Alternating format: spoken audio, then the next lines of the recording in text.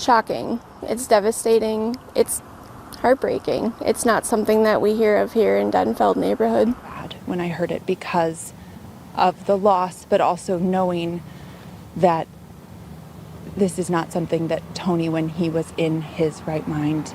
You're scrolling through your phone on a quiet Thursday afternoon when the breaking news alert makes your stomach drop. 5 dead in Minnesota, 2 children among the victims. You set your phone down, but the questions won't stop coming. How does a father wake up one morning and decide his own children need to die? What kind of darkness consumes a man so completely that he believes killing his family is the only solution?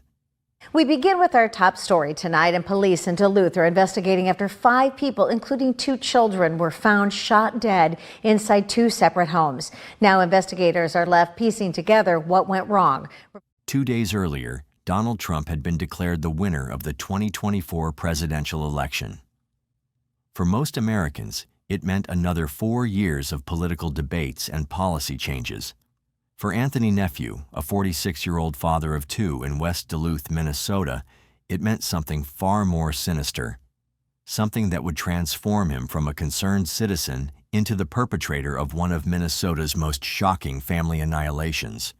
But rewind just a few months and you'd see a different Anthony Nephew.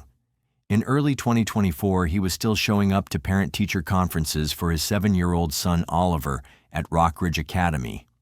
Oliver was just a first grader then, the kind of kid who set up a gift library in their front yard where neighbors could take free books and toys.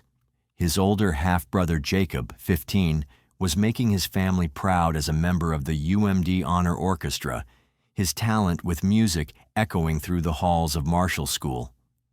Anthony's wife, Catherine Ramsland, taught art at Lake Superior College. Students described her as passionate, creative, someone who could make even the most reluctant artist believe in their potential.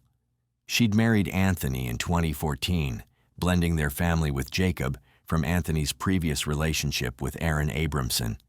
Aaron, 47, worked as a collection systems engineering and operations manager for the city of Superior, Wisconsin, a steady job that required precision and attention to detail. From the outside, it looked like the kind of modern blended family that actually worked. 2 loving parents, each bringing children from previous relationships, creating something new together. But beneath the surface, Anthony was fighting a war that nobody fully understood. In February 2021, police had been called to the Nephew home during what was described as Anthony's mental breakdown. He'd agreed to seek treatment at Essentia Health, and the following month, he did something remarkable. He went public with his struggles. In a March 2021 opinion column for the Duluth News Tribune, Anthony wrote openly about his mental health challenges, hoping to break the stigma that kept so many men from seeking help. "I was hospitalized for mental health reasons," he'd written. "I'm sharing this because too many people suffer in silence." It was the kind of brave transparency that mental health advocates had been calling for. A man admitting vulnerability, seeking help, using his platform to encourage others. Anthony Nephew wasn't just another statistic hiding in shame. He was trying to be part of the solution. But fast forward to July 3, 2024, and that same man was holding a knife to his wife Catherine, making threats that would chill anyone who heard them. "If Trump wins, I'm going to kill myself and take everyone with me," he'd told her, according to police reports. Catherine called 911, terrified for her life and the safety of their children. Anthony was hospitalized again at Aspirus Saint Luke's, but this time the warning signs were neon bright. This wasn't just depression or anxiety. This was a man whose grip on reality was loosening in the most dangerous way possible, yet somehow, just 2 months later, on September 9, 2024, Anthony Nephew walked into a gun store and walked out with a firearm permit. The same day he applied was the same day it was approved. A man who had been hospitalized for threatening to kill his family if Trump won the presidency was now legally armed, just weeks before an election where Trump was leading in the polls. How does this happen? How do the systems designed to protect us fail so spectacularly? Catherine had called police. Anthony had been hospitalized. There were records, reports, documented threats of family violence tied directly to political outcomes, yet the permit sailed through without a single red flag being raised. However, before the unthinkable happened, the Nephew family went about their lives that fall.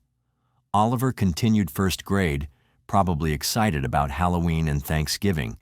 Jacob practiced with the honor orchestra, his music filling rooms that would soon fall silent forever. Catherine prepared lesson plans for her art students, unaware that her husband was spiraling toward a decision that would destroy everything she'd helped build. Erin Abramson, Anthony's ex-partner and Jacob's mother, maintained the kind of co-parenting relationship that divorce experts recommend. She and Anthony shared custody responsibilities, attended school events together, put their son's needs first. Neither woman, Erin nor Catherine, seemed to realize that in Anthony's deteriorating mind, they weren't partners anymore. They were obstacles. There's no slowing the roll of the presidential candidates at this point. Right now, former President Donald Trump, Vice President Kamala Harris out in full force in those battleground states that will determine the winner of the election. November 5th, 2024 arrived like any other election day. Americans lined up at polling stations, filled out ballots, participated in the democratic process that Anthony Nephew had once written passionately about. But as the results rolled in that evening, confirming what many had predicted, that Donald Trump would return to the White House, something snapped in Anthony's mind. The man who had once advocated for mental health awareness, who had sought treatment, who had built a blended family filled with music and art and childhood wonder, began planning the systematic execution of everyone he claimed to love. What happened in those final 48 hours between Trump's victory and the discovery of 5 bodies across 2 West Duluth homes? How does a father look at his 7-year-old son setting up a gift library in the yard and decide that child needs to die?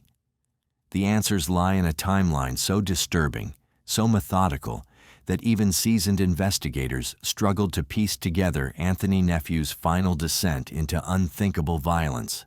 The community is just in shock. Neighbors describe this blended family as loving, caring, and they got along. Now, the father accused of these shootings built this treehouse behind me and a little free library in front of the home. Neighbors telling me he loved his kids and those in the community. People are just trying to wrap their heads around how this could have happened.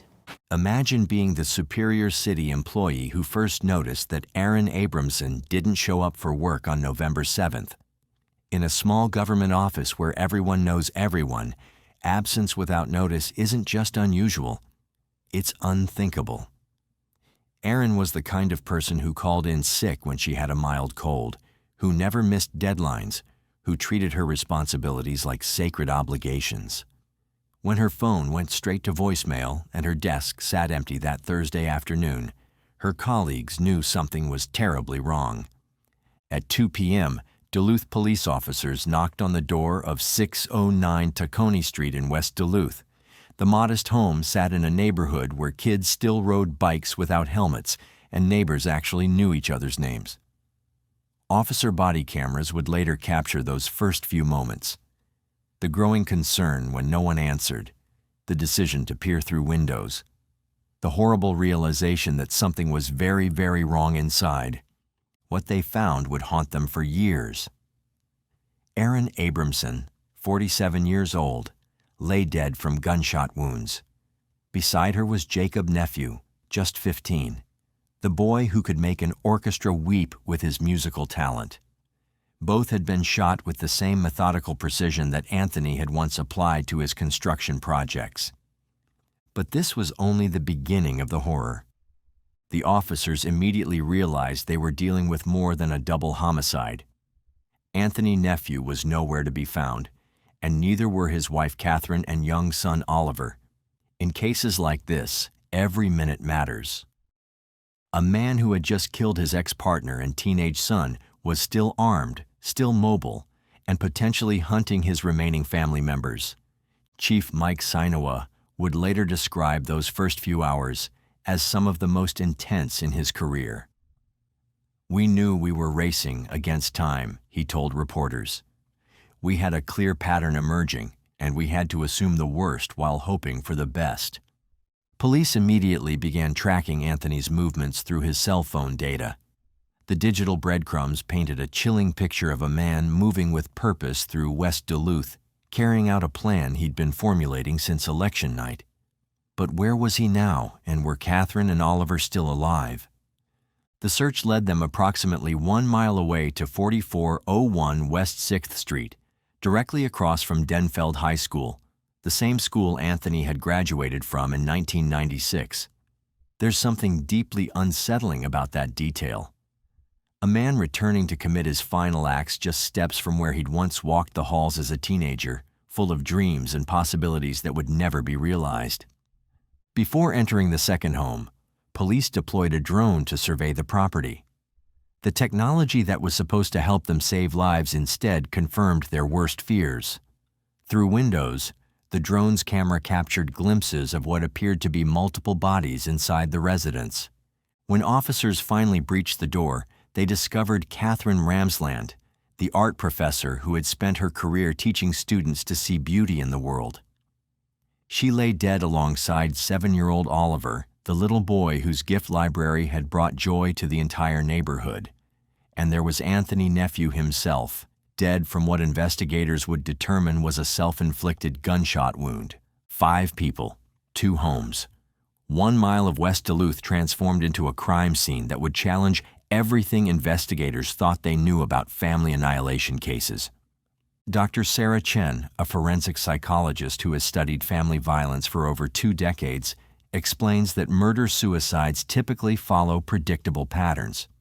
The perpetrator usually targets the family members he feels have betrayed him first, then moves to those he sees as extensions of himself, she notes. But the geographic separation in this case, killing at 2 different locations, suggests a level of planning that goes beyond a moment of rage. What makes Anthony's case even more disturbing is the evidence of premeditation. Remember that gun permit from September 9th? Investigators found that Anthony had obtained his firearm with surgical precision, waiting exactly the right amount of time between his application and the election. He'd counted down the days like a man planning a vacation, except his destination was mass murder. The weapon and shell casings recovered from both scenes told a story of methodical execution. This wasn't a crime of passion or a sudden psychotic break.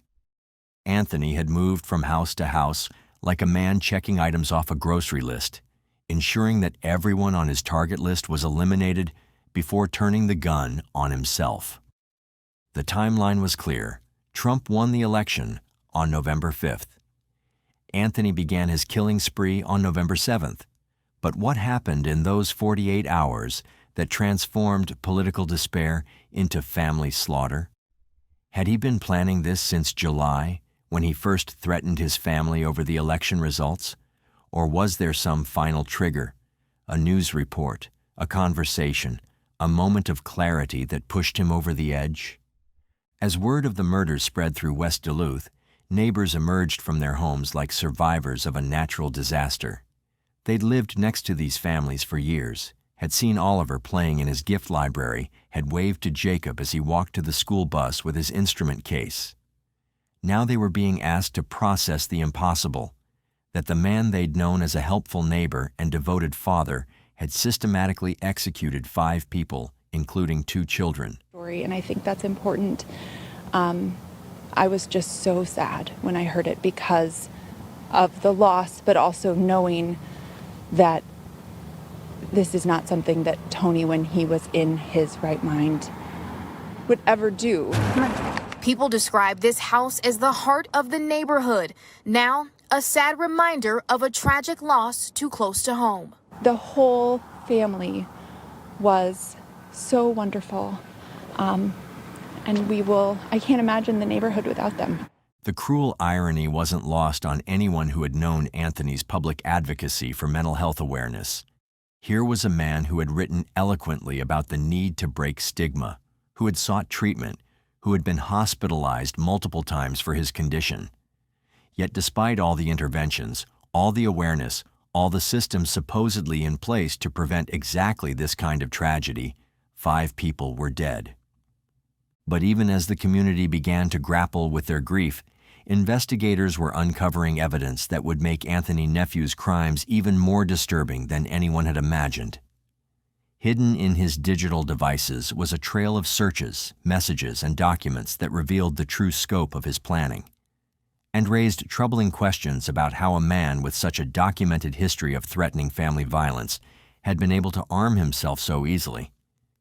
Picture yourself as the gun store clerk who processed Anthony Nephew's permit application on September 9, 2024. You're following standard procedure, running the required background checks through state and federal databases. Clean criminal record? Check. No outstanding warrants? Check. Minnesota resident in good standing? Check. The application sails through in a matter of hours, and you hand over the permit with the same routine efficiency you've performed hundreds of times before. But what the system didn't tell you was that this man had been hospitalized just 2 months earlier for threatening to kill his entire family if Donald Trump won the presidency. What the database couldn't capture was the 911 call from his terrified wife, or the police report documenting his knife attack, or the psychiatric evaluation that deemed him a danger to himself and others. This is where Anthony Nephew's story transforms from a tragedy into a systemic indictment. Dr. Michael Rodriguez, who studies gaps in mental health reporting systems, explains the fatal flaw. We have all these databases that don't talk to each other.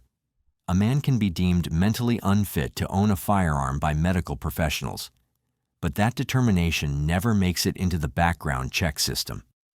The search warrants executed on Anthony's digital devices revealed the true extent of his obsession.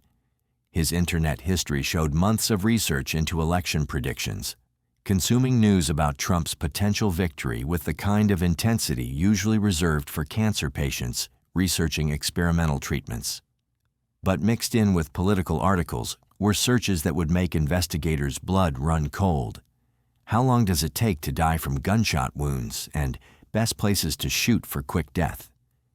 Even more chilling were the voice memos Anthony had recorded on his phone in the weeks leading up to November 7th.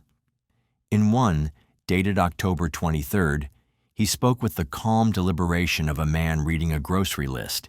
If he wins, I can't let them suffer through what's coming. It's better this way. They'll understand eventually. These weren't the ramblings of a man in acute psychotic crisis. This was calculated planning by someone who believed, with absolute certainty, that murdering his family was an act of mercy. The voice recordings revealed a man who had spent weeks rehearsing his justifications, refining his rationalization, preparing mentally for what he saw as an inevitable duty. But perhaps the most devastating evidence was a draft email found on his laptop, addressed to Catherine but never sent. "I love you too much to let you live through what's coming," it read. "Take care of the kids on the other side. I'll be right behind you." Detective Sarah Walsh, who led the digital forensics team, had investigated dozens of murder self-harm cases in her 15-year career. What made this case different was the level of premeditation combined with the perpetrator's genuine belief that he was protecting his family, she explained. Most family annihilators are motivated by revenge or control. Anthony seemed to genuinely believe he was saving them from something worse than death. This delusion becomes even more disturbing when you consider Anthony's previous advocacy for mental health awareness. His March 2021 column in the Duluth News Tribune wasn't just brave, it was prophetic. The stigma around mental health prevents people from getting the help they need before it's too late, he'd written. We need better systems, better communication, better follow-through. He was describing exactly the kind of systematic failure that would eventually enable his own crimes. Dr. Jennifer Hayes, who runs the Crisis Intervention Program at Essentia Health, knew Anthony's case intimately. She'd been part of the team that treated him during his February 2021 breakdown and again during his July 2024 hospitalization. "We recommended long-term residential treatment both times," she told investigators, "but the insurance wouldn't cover it, and the state facilities had 6-month waiting lists. We gave him medication, set up outpatient appointments, and hoped it would be enough. The gap between Anthony's discharge from Aspirus St. Luke's in July and his gun permit approval in September represents one of the most glaring system failures in recent memory. Hospital records clearly documented his threats of family violence tied to political outcomes. Yet Minnesota's gun permit process has no mechanism for accessing psychiatric hospitalization records unless they result in formal civil commitment proceedings. Anthony was never formally committed. He was hospitalized voluntarily, treated, stabilized, and released with follow-up care instructions. In the eyes of the law, he remained a citizen in good standing, with full Second Amendment rights. As news of the system failures spread, the community's grief began mixing with anger. How many red flags does a person need to wave before someone stops them? How many times does someone need to threaten family violence before they lose access to firearms? Linda Morrison, whose daughter attended Rockridge Academy with Oliver, became an unlikely advocate for reform. "That little boy used to give my daughter books from his gift library," she told a packed city council meeting. "He was 7 years old, 7, and our system let his father buy a gun 2 months after threatening to kill him." The memorial services began on November 13th with a candlelight vigil that wound through West Duluth, from the Tacony Street home to the 6th Street residence. Over 200 people walked that mile in silence, carrying photos of the victims and struggling to make sense of senseless violence. At Lake Superior College, Catherine's students organized their own celebration of life.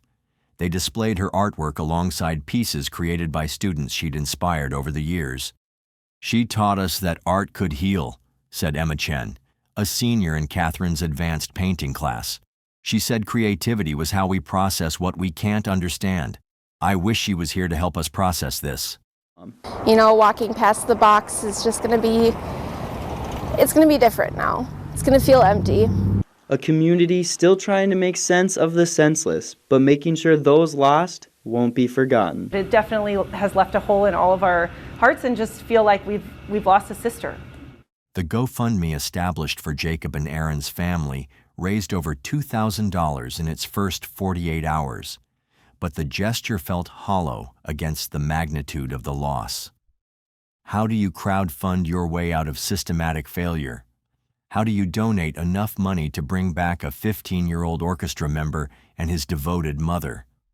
Oliver's gift library became an impromptu memorial site, with neighbors leaving flowers, toys, and handwritten notes among the books he'd so generously shared. "Free books, free toys, free hugs," read one sign that appeared overnight, in memory of Oliver's generous heart.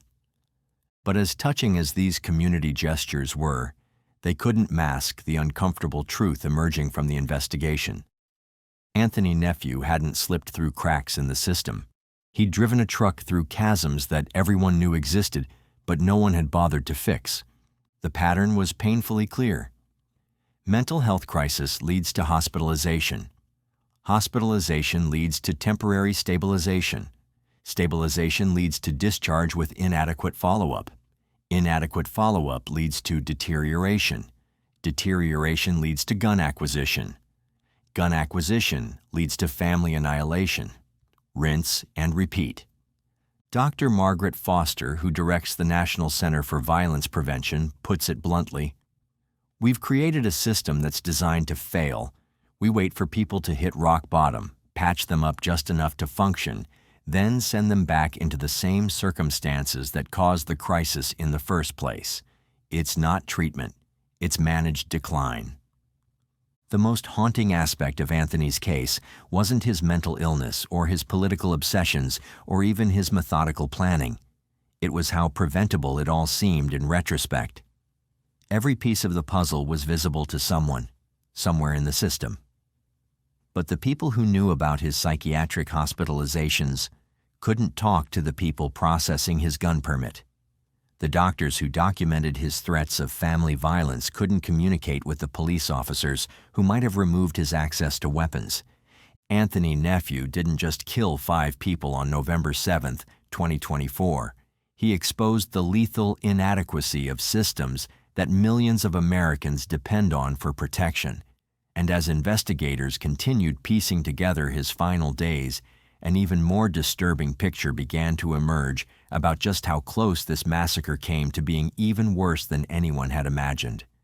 Cell phone data analyzed by investigators showed that Anthony spent the early hours of November 7th sending a series of text messages that read like a manifesto.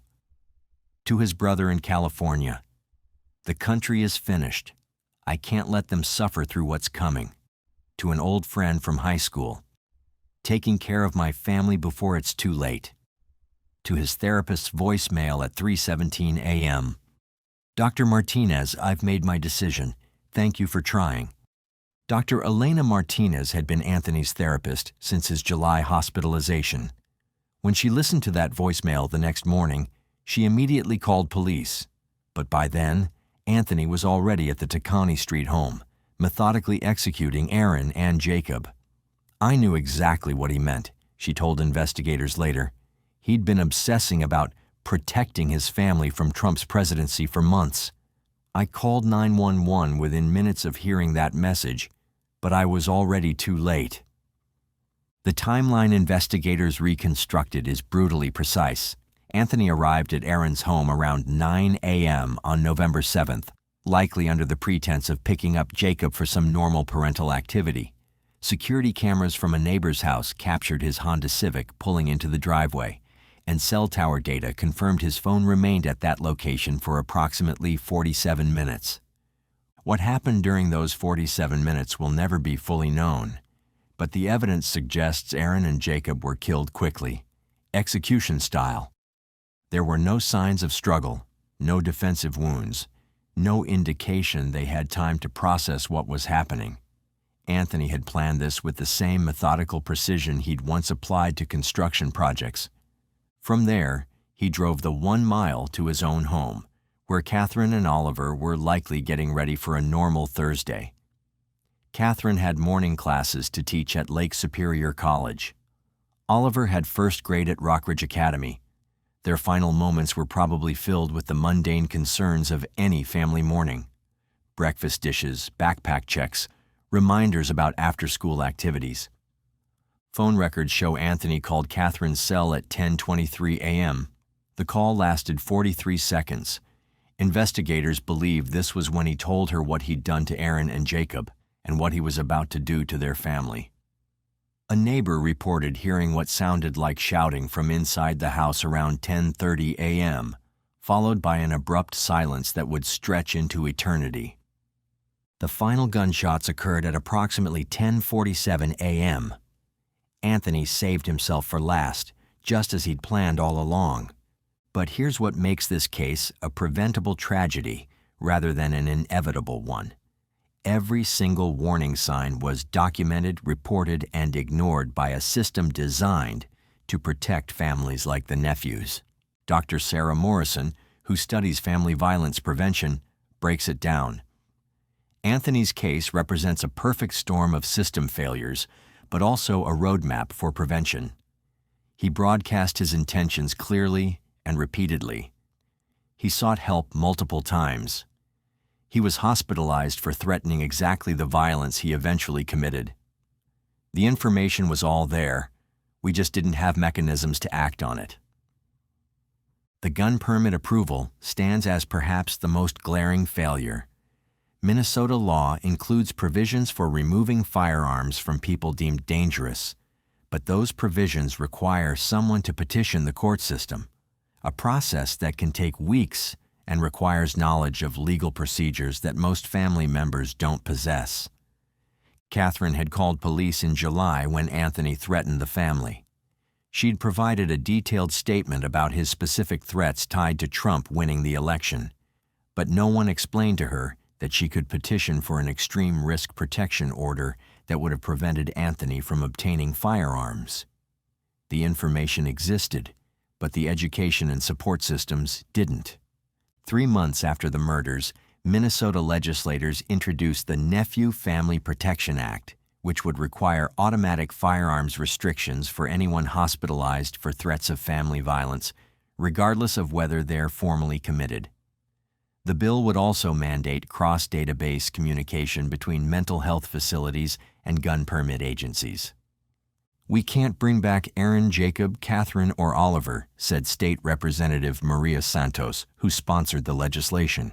"But we can make damn sure that no other family dies because our systems refuse to talk to each other." The bill faces significant opposition from gun rights advocates who argue it violates due process protections.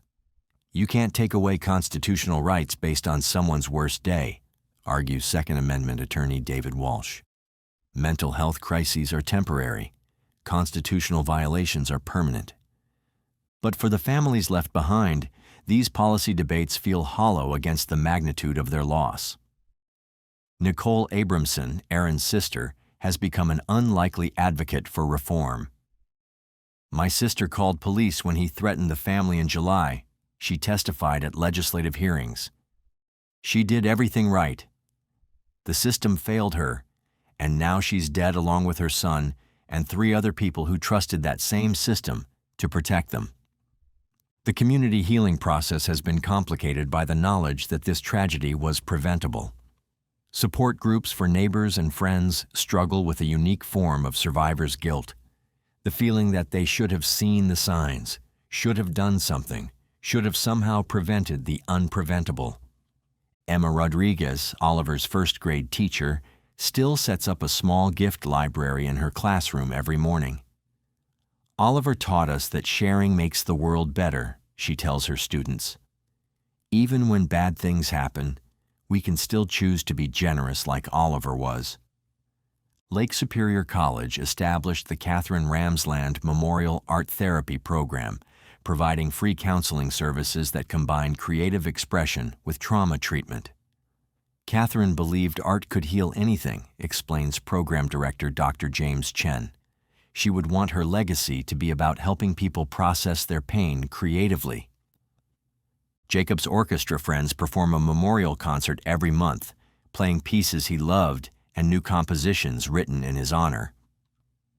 "Music was Jacob's language," says his orchestra director Sarah Williams. "This is how we keep him alive, through the beauty he created and inspired." The question isn't whether we can prevent the next Anthony Nephew. It's whether we're willing to make the systematic changes necessary to try. Because right now, somewhere in America, another man is spiraling toward family violence while our disconnected systems file separate reports that will never be read together until it's too late. Do we have the courage to admit that our current approach to mental health crisis intervention is fundamentally broken?